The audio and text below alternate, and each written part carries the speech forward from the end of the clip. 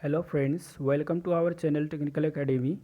In this presentation we will study about the temperature effect on the PN junction diode characteristics in the forward biasing as well as in the reverse biasing. So we will particularly focus on the theory part and we will compare with the graphs for forward biasing as well as for the reverse biasing, that how the graph is going to shift, forward graph and the reverse graph is going to shift in the with the change in the temperature.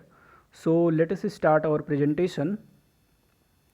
So in case of the forward biasing, the barrier potential V is going to change at the rate of minus 2.5 millivolt per degree centigrade increase in the temperature.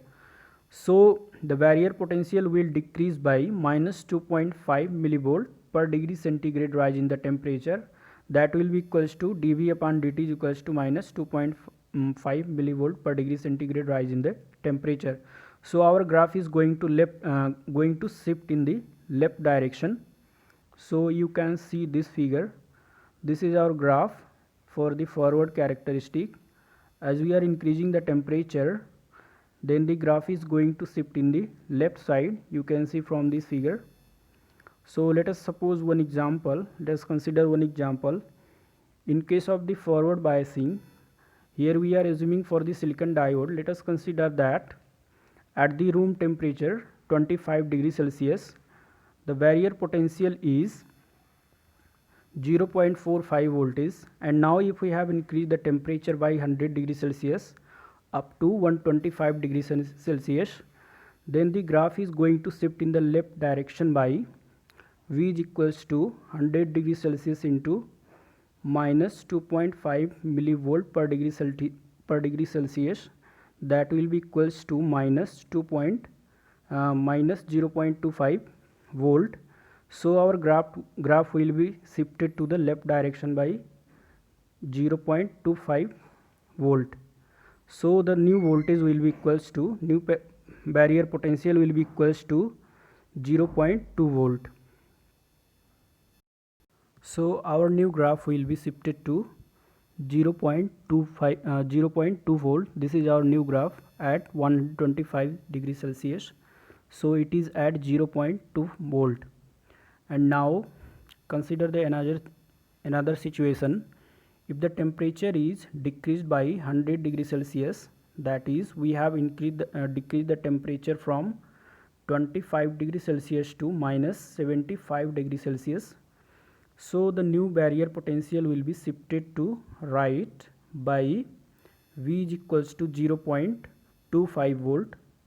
So the graph will be shifted in the right direction and the new barrier potential will be equals to 0.7 volt. So see from in this figure, this is our 0.7 volt at minus 75 degrees Celsius. So now consider for the reverse biasing of the diode. In case of the reverse biasing, the reverse saturation current I naught is going to be doubled for every 10 degrees Celsius rise in the temperature. This is for both germanium as well as for the silicon.